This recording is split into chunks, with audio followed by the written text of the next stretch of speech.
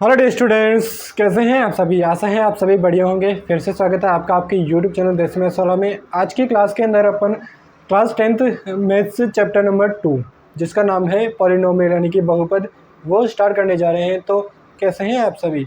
तो यदि आपने अभी तक वीडियो को लाइक नहीं किया है तो जल्दी इस वीडियो को लाइक कर दीजिए, और चैनल पर नए हैं तो जल्दी से ज्वाइन कर लीजिए। चलिए बिना किसी देरी के स्टार्ट करते हैं इस चैप्टर के बारे में, जानते हैं कि बहुपद क्या होते हैं। तो अपने को क्या करना है, बहुपद को समझना है पहले। तो बहुपद को समझने से पहले अपने को चर और अचर पदों को समझना पड़ेगा। अचर, चर और अचर क्या होता है। तो पहले अपन इन शब्दों पे अगर गौर करें तो चर का मतलब होता है, चर का मतलब यानी चलने वाला। क्या? चलने वाला, या इसे कह सकते हैं अस्थिर। ये बेसिकली इसका हिंदी अर्थ है चर का। और अचर का अगर अपन देखें तो अचर का मतलब होता है रुका हुआ, रुका हुआ, या इसको कह सकते हैं स्थिर। ये तो हो गया दोस्तों इसका हिंदी अर्थ। अब इनको अपने को समझना है गणितीय भाषा के अंदर। क्या समझना है? गणितीय भाषा के अंदर समझना है। तो चर के अंदर तो वे सभी आएंगे जो ABCD के अक्षर होते हैं ना, ABCD XYZ तक। तो ये सभी इसके अंदर आ जाएंगे। किसके अंदर? चरों के अंदर। और चर क्या कहलाएंगे? क्या है दोस्तों कि चर विभिन्न परिस्थितियों में प्रत्येक क्वेश्चंस के अंदर एक चर का मान अलग अलग होता है। जैसे एग्जांपल ले अगर अपन, तो यहाँ पर चरों को समझने के लिए जैसे मान लो x+5 है। अब यहाँ पर x बराबर अपन कुछ भी रख सकते हैं, 0, 1, 2 या माइनस की संख्याएं, वास्तविक सभी वास्तविक संख्याएं रख सकते हैं अपन। तो जैसे मान लो मैं यहाँ पर 0 रखता हूँ, x के बराबर 0 रखता हूँ, तो ये +5 इक्वल टू कितना आ गया? 5 आ गया। फिर x बराबर 1 रखूँगा मैं, तो इस पूरे पद का मान क्या हो गया? 6 हो गया। 2 रखूँगा तो क्या हो जाएगा? इसका 7 हो गया। माइनस का 2 रखूँगा तो कितना हो गया? 3 हो गया। तो मतलब चर का मान हमेशा परिवर्तित रहता है, यानी कि कभी निश्चित नहीं रहता है। दूसरी तरफ यहाँ पर है अचर, रुका हुआ या स्थिर। तो इसका मतलब क्या है कि यह मान कभी नहीं बदलेगा। तो इसके अंदर क्या आ जाएंगे? समस्त वास्तविक संख्याएं, समस्त वास्तविक संख्याएं। समस्त वास्तविक संख्याएं किसके अंदर आ जाएगी मेरे दोस्तों? अचर पदों के अंदर। तो जैसे इसके अंदर 2 हो गया, 3, 5, 25 माइनस का 30, 1/5, ये सभी क्या है? अचर पद है। ठीक है मेरे दोस्तों, तो आशा ये चीज़ आपके समझ आई होगी। तो चलिए अब अपन आगे बढ़ते हैं और इनको रफ करते हैं। अब चर और अचर के बारे में अपन ने सीख लिया कि चर क्या होते हैं और अचर क्या होते हैं। तो इसके बाद में बारी आती है बीजीय व्यंजकों की। क्या आती है मेरे दोस्तों? बीजीय व्यंजक। तो आते हैं बीजीय व्यंजक पे। बीजीय व्यंजक होता है मेरे दोस्तों चर व अचर पदों को गणितीय मूल संक्रियाओं। अब गणितीय मूल संक्रियाएं क्या होती है? प्लस, माइनस, मल्टीप्लाई और डिवाइड। ये क्या है? गणित की मूल संक्रियाएं। मूल संक्रियाओं से मिलाकर एक साथ लिखा जाता है,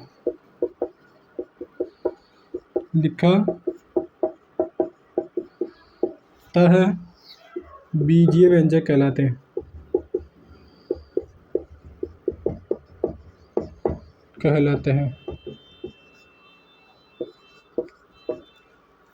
दोस्तों चर व अचर पदों को गणितीय मूल संक्रियाओं से मिलाकर एक साथ लिखा जाता है तो बीजीय व्यंजक कहलाते हैं। तो ये बीजीय व्यंजक हो जाएंगे। तो अब इनकी परिभाषा देख ली अपन ने। अब इसके एग्जांपल्स देखते हैं। तो एग्जांपल में देखो, अब 3x² + 5y + 9। अब यहाँ पर देखो, आप चर पद है यहाँ पर क्या? x है और y है। अचर पद क्या है यहाँ पर? 9 है, फिर इसके साथ में ये 5 और 3। ये क्या हो जाएंगे? चर और अचर हो जाएंगे। अब इनको गणितीय मूल संक्रिया, यहाँ पर देखो, यहाँ पर प्लस है और इन दोनों के बीच में यहाँ पर देखो तो ये दोनों क्या है 5 इंटू वाई, तो यहाँ पर मल्टीप्लाई का चिन्ह भी आ गया। तो इन गणितीय मूल संक्रियाओं से मिलाकर अपन ने इस समीकरण के अंदर रखा, तो ये क्या है एक बीजीय व्यंजक है। और दोस्तों जो बीजीय व्यंजक होता है वही एक बहुपद होता है। क्या होता है मेरे दोस्तों, जो बीजीय व्यंजक होगा वही एक बहुपद है। तो इसको अपन बहुपद कह सकते हैं, बहुपद है। बहुपद की एक कंडीशन होती है लेकिन, तो बहुपद में क्या कंडीशन होती है, तो उसकी परिभाषा देते हैं अपन। तो बीजीय व्यंजकों को अपन बहुपद कह सकते हैं, लेकिन बीजीय व्यंजक में कुछ ऐसे भी आएंगे जैसे 5√x प्लस 9√y प्लस 7। तो अब यहाँ पर ये एक बीजीय व्यंजक तो है, क्या है मेरे दोस्तों, बीजीय व्यंजक तो है, लेकिन ये बहुपद नहीं है। क्या है मेरे दोस्तों, ये बीजीय व्यंजक तो है लेकिन क्या है, बहुपद नहीं है। क्योंकि बीजीय व्यंजक में पावर कुछ भी हो सकती है, लेकिन बहुपद में पावर हमेशा क्या होगी, एक पूर्ण संख्या होगी। तो अपन एक बहुपद की पूर्ण परिभाषा देख लेते हैं। ठीक है मेरे दोस्तों,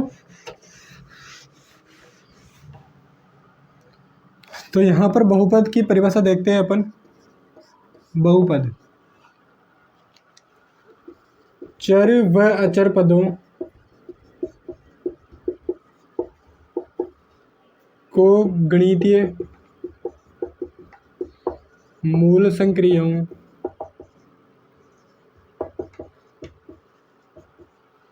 मूल संक्रिया क्या होती है, प्लस माइनस डिवाइड और मल्टीप्लाई से मिलाकर एक साथ लिखते हैं तथा चर की घात एक पूर्ण संख्या होती है, पूर्ण संख्या होती है। तो यहाँ पर चर की घात क्या होती है दोस्तों, एक पूर्ण संख्या। तो पूर्ण संख्या क्या होती है, 0 से लेकर इनफाइनाइट तक। ठीक है, तो एग्जांपल्स ले अगर अपन इनके, तो एग्जांपल्स में आप देखो यहाँ पर 9x² प्लस 2x प्लस 5। तो यहाँ पर ये क्या है, एक बहुपद है। बहुपद क्यों है दोस्तों, क्योंकि यहाँ पर चर की पावर यहाँ पर कितनी है, 2 है, और यहाँ पर 1 है। कोई और एग्जांपल ले अगर अपन, तो 3y² प्लस 5y प्लस 7। तो यहाँ पर ये भी क्या है मेरे दोस्तों, एक बहुपद है। क्या अब आप बताना कि क्या है जो मैं लिखने जा रहा हूँ वो बहुपद है या नहीं है इस परिभाषा से। तो 3y की पावर 1/5 प्लस 7z की पावर 2/3 प्लस 5। अब आप जल्दी से कमेंट बॉक्स में कमेंट करो कि क्या यह बहुपद है या नहीं है। इस परिभाषा को ध्यान से देखो और बताओ कि ये बहुपद है या नहीं है। तो आपने परिभाषा देख ली होगी, तो यहाँ पर आपने ध्यान से देखा होगा कि यहाँ पर पावर क्या है, 1/5। तो सबसे पहले चर की पावर क्या है, 1/5 है, और यहाँ पर चर है जेड, इसकी एक पावर कितनी है, 2/3, जो कि एक पूर्ण संख्या नहीं है, क्या है, एक भिन्न संख्या है। तो यहाँ से क्या पता चला अपने को कि यहाँ पर पावर पूर्ण संख्या नहीं है, तो ये क्या है, एक बहुपद नहीं है। क्या है मेरे दोस्तों, बहुपद नहीं है। तो आशा है ये चीज़ आपके समझ आ गई है कि बहुपद को किस प्रकार समझते हैं अपन, और कौन कौन से को बहुपद कहते हैं। बहुपद में दोस्तों एक पद भी हो सकता है, जैसे 3x² 5x, तो ये भी क्या है, एक बहुपद है। ठीक है मेरे दोस्तों, और बहुपद में जैसे मान लो यहाँ पर ये 5 लिख दिया मैंने, तो ये भी क्या है, एक बहुपद है। अब यहाँ पर आप कहोगे कि इनके साथ चर नहीं है, तो चर जैसे मान लो x मान लिया मैंने और इसकी पावर 0 लगा दिया, तो x की पावर 0 का मतलब क्या होता है, 1 होता है। तो यहाँ पर जो 5 लिखा है वो भी क्या है, एक बहुपद है। ठीक है मेरे दोस्तों, तो आशा ही आपके समझ आया होगा। चलिए इसका स्क्रीनशॉट ले लीजिए। अब अपन आगे बढ़ते हैं और बहुपद के प्रकार देखते हैं। क्या दोस्तों, बहुपद के प्रकार देखते हैं। उससे पहले अपन क्या करेंगे, बहुपद का व्यापक रूप देख लेते हैं एक बार। बहुपद का व्यापक रूप, बहुपद का व्यापक रूप होता है दोस्तों a प्लस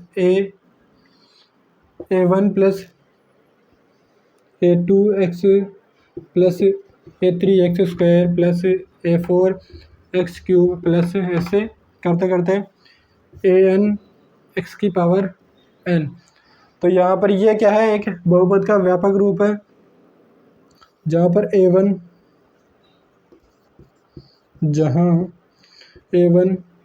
a2 a3 ये क्या है, वास्तविक संख्याएं।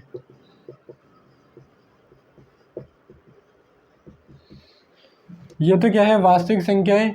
और यहाँ पर जो यह n है पूर्ण संख्या। क्या है दोस्तों, n पूर्ण संख्या है और ये है a1 a2 a3 an वास्तविक संख्याएं हैं। तो ये हो गया व्यापक रूप। चलिए अब इसका स्क्रीनशॉट ले लीजिए आप, और इसके बाद में अपन देखते हैं बहुपद के प्रकार की। बहुपद कितने प्रकार के होते हैं? तो बहुपद होते हैं दोस्तों, 3 प्रकार से बांटते हैं बहुपदों को। क्या करते हैं, 3 प्रकार से बहुपदों को बांटते हैं। तो 3 प्रकार में कौन सा है? पहला आता है चर के आधार पर। चर के आधार पर। दूसरा टाइप है होता है इसका पद के आधार पर। और तीसरा टाइप होता है घात के आधार पर।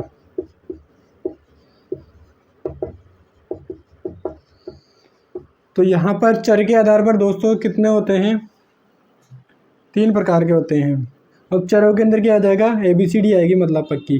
ठीक है, तो चर के आधार पर होता है पहला एक चर वाले बहुपद,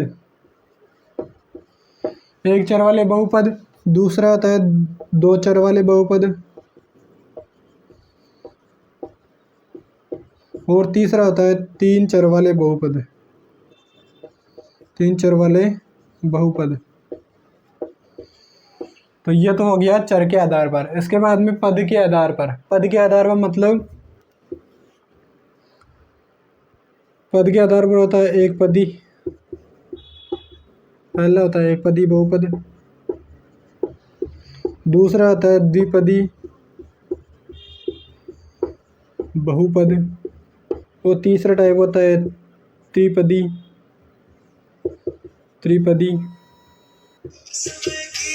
बहुपद। तो यहाँ पर घात के आधार पर कितने प्रकार के होते हैं? तो घात के आधार पर 4 प्रकार के होते हैं। तो पहले आता है शून्य घात बहुपद। दूसरा आता है मेरे दोस्तों यहाँ पर रैखिक बहुपद। तीसरा आता है यहाँ पर द्विघात बहुपद। इसके बाद में चौथा टाइप आता है त्रिघात बहुपद। तो अपन ने इनके टाइप देख लिए। अब इन टाइपों को एक अलग अलग प्रकार से देखते हैं अपन। तो चलिए इसको स्क्रीनशॉट ले लीजिए। इसके बाद में मैं यहाँ पर रफ करता हूँ इसको और आगे देखते हैं। तो यहाँ पर अपन क्या करेंगे, अब देखेंगे पहले चर के आधार पर। तो चर के आधार पर कितने प्रकार के थे? 3 प्रकार के थे। क्या थे? 3 प्रकार के चर। तो चर के आधार पर पहला था एक चरपदी, एक चर वाले। क्या है? एक चर वाले। तो एक चर वाले में क्या होगा? चर सिर्फ एक ही होगा। तो 5x plus 3 9y plus 9 7x plus 3। तो यहाँ पर इन तीनों के समीकरणों के अंदर देखो, आप तीनों बीज वजंगों के अंदर देखो क्या है, सिर्फ चर एक ही है। दूसरा टाइप था इसका मतलब 2 चर वाले। 2 चर वालों में चर कितने होंगे? 2 चर होंगे। तो एग्जांपल देखो अब 5x plus 9y plus 7 3p plus 4q plus 9 5z plus 3a plus 2। तो यहाँ पर ये क्या है? दो चर वाले हो गए। अब इनके अंदर चर के हैं यहाँ पर x और यहाँ पर y, यहाँ पर p और q, यहाँ पर z और a, तो यहाँ पर दो दो चर हो गए। अब इसका तीसरा टाइप था तीन चर वाले। तीन चर वाले, तीन चर वाले के अंदर क्या हो जाएंगे, तीन चर होंगे। तो एग्जांपल्स देखें अगर अपन यहाँ पर, तो एग्जांपल्स हो गए मेरे दोस्तों 9x plus 3p plus 2b plus 3c plus 1। तो यहाँ पर इसके अंदर कितने चर हो गए, तीन चर हो गए। क्या हो जाएंगे 9x, x और p और b, ठीक है। इसी प्रकार यहाँ पर 3a plus 4b plus 5c plus 2। तो यहाँ पर इसके अंदर भी चर कितने हो गए, तीन चर हो गए। तो तीन चर वाले हो गए, दो चर वाले हो गए और एक चर वाले हो गए। इसका एक स्क्रीनशॉट ले लो आप। अब आगे बढ़ते हैं अपन, और इसके बाद में देखते हैं अपन पदों के आधार पर। क्या है, पदों के आधार पर। पद के आधार पर कितने थे, पदों के आधार पर, पदों के आधार पर कितने भागों में बांटा था अपन ने, चार भागों में। तो पहला था एक पदी, एक पदी में 5x, 3x, 9y, 2z, 3p, तो ये हो जाएंगे सभी एक पदी। इसके बाद में थे दो पद वाले, दो पद। इसके अंदर मतलब सिर्फ केवल दो ही पद होंगे, 9x plus 2, 5z plus 3y, 2a plus 3b। तो यहाँ पर इन सब के अंदर देखो आप कितने पद हैं, सिर्फ दो पद है। यहाँ पर एक पद दो पद, एक पद दो पद, ठीक है। दो पद वाले में सिर्फ दो ही पद होंगे। इसके बाद में देखा था अपन ने तीसरा तीन पद वाले। अब आ रही है तीन पद वाले। तो इसके अंदर सिर्फ कितने पद होंगे, तीन पद होंगे। तो तीन पदों के अंदर क्या हो जाएंगे मेरे दोस्तों, जैसे 5x प्लस 2y प्लस 7। तो यहाँ पर पद कितने हैं, एक, दो और तीन। जैसे और लें अगर 3y plus 2z plus 7, 7p plus 9q plus 3a। तो इन सब के अंदर कितने पद हैं, तीन तीन पद है। और इसके बाद में था अपन ने एक और प्रकार देखा था इसका, बहुपदी, बहुपद। तो इसके अंदर क्या होंगे, बहुपदी, मतलब जो तीन से यदि अधिक पद आते हैं तो वह क्या कहलाएंगे, बहुपदी, बहुपद कहलाएंगे। तो एग्जाम्पल्स ले अगर अपन इनके, तो 3x plus 4y plus 2x square plus 5। तो यहाँ पर ये क्या है, एक बहुपद है, क्योंकि इसके अंदर तीन से अधिक पद यानी कि चार पद हैं। और लें अगर, तो 2y plus 3a plus 5c plus 9d plus 9d plus 8q। तो यहाँ पर कितने पद आ गए, इसके अंदर पांच पद आ गए। तो यह बहुपदी है, ठीक है मेरे दोस्तों। तो अपन ने ये तो देख लिया। अब बढ़ते हैं अपन घात के आधार पर। बहुपदी बहुपद देख लिया, इसका स्क्रीनशॉट ले लीजिए आप एक। अब घात के आधार पर देखते हैं अपन क्या करते हैं, घात के आधार पर देखते हैं। तो यहाँ पर देखते हैं अपन घात। अब इससे पहले अपने को घात को समझना पड़ेगा कि बहुपद की घात क्या होती है, तभी तो अपन पता कर पाएंगे कि बहुपद की घात के आधार पर कितने प्रकारों में बांटा गया है। तो घात क्या हो जाएगी मेरे दोस्तों, जैसे यहाँ पर कोई बहुपद है x square plus 9y cube plus 2z। तो यहाँ पर ये क्या है, एक बहुपद है। अब यहाँ पर इस बहुपद की घात क्या होगी, तो यहाँ पर बहुपद की घात हो जाएगी चर की उच्चतम घात। चर कौन कौन से हैं, यहाँ पर x है, y है और z है। यहाँ पर z की पावर 1, यहाँ पर x की पावर 2 है और यहाँ पर y की पावर 3 है। तो मतलब इस चर की पावर क्या है, अधिकतम 3 है। तो इस बहुपद की घात क्या हो जाएगी, घात बराबर हो जाएगी मेरे दोस्तों 3 हो जाएगी। क्या हो जाएगी, 3 हो जाएगी, ठीक। तो यहाँ पर बहुपद के अंदर जो चर की उच्चतम घात होगी वही क्या कहलाएगी, बहुपद की घात कहलाएगी। तो आशा ही आपके समझ आ गया होगा। अब अपन देखते हैं घात के आधार पर कैसे कैसे डिवाइड करते हैं और एग्जांपल्स क्या होते हैं उनके। तो घात के आधार पर अपन ने कितने भागों में बांटा था, 4 भागों में बांटा था। तो पहला है शून्य घात। शून्य घात के अंदर होता है मेरे दोस्तों सभी अचर पद होते हैं 5, 9, 7, 2। अब यहाँ पर ये क्या है, अचर है सभी। अब यहाँ पर शून्य घात का मतलब यहाँ पर कोई भी चर होगा, जैसे x की पावर 0 रख दिया मैंने यहाँ पर, तो यहाँ पर पावर क्या है 0, p की पावर 0 रख दिया, q की पावर 0 रख दिया, z की पावर 0 रख दिया। तो यहाँ पर ये क्या है, जितने भी चर हैं इनकी पावर क्या है, शून्य है। तो इस बहुपद की घात भी क्या कहलाएगी, शून्य घात कहलाएगी। ठीक है मेरे दोस्तों। इसके बाद में रैखिक बहुपद। रैखिक बहुपद, रैखिक बहुपद में क्या है, पावर क्या होगी मेरे दोस्तों, बहुपद की जो पावर होगी वो होगी 1। तो इसके एग्जांपल्स में अगर अपन देखें तो 9x + 2y + 3, 3z + 2p + 9। अब यहाँ पर देखो पावर क्या है, चर पद है उसकी पावर क्या है, 1 है। यहाँ पर भी 1, यहाँ पर भी 1 और यहाँ पर भी 1 है। तो मतलब ये क्या कहलाएंगे मेरे दोस्तों, रैखिक बहुपद। यानी कि रैखिक बहुपद में जो बहुपद की घात होगी वो क्या होगी दोस्तों, 1 होगी। इसके बाद में तीसरा टाइप है यहाँ पर, तो तीसरा टाइप आ जाएगा द्विघात। द्विघात बहुपद। द्विघात बहुपद, तो द्विघात बहुपद में क्या होगी, पावर 2 होगी। तो एग्जांपल ले अपन क्या 2x² + 5y + 9, 3y² + 9z² + 3। अब यहाँ पर देखो बहुपद की घात उच्चतम घात कितनी है, 2 है।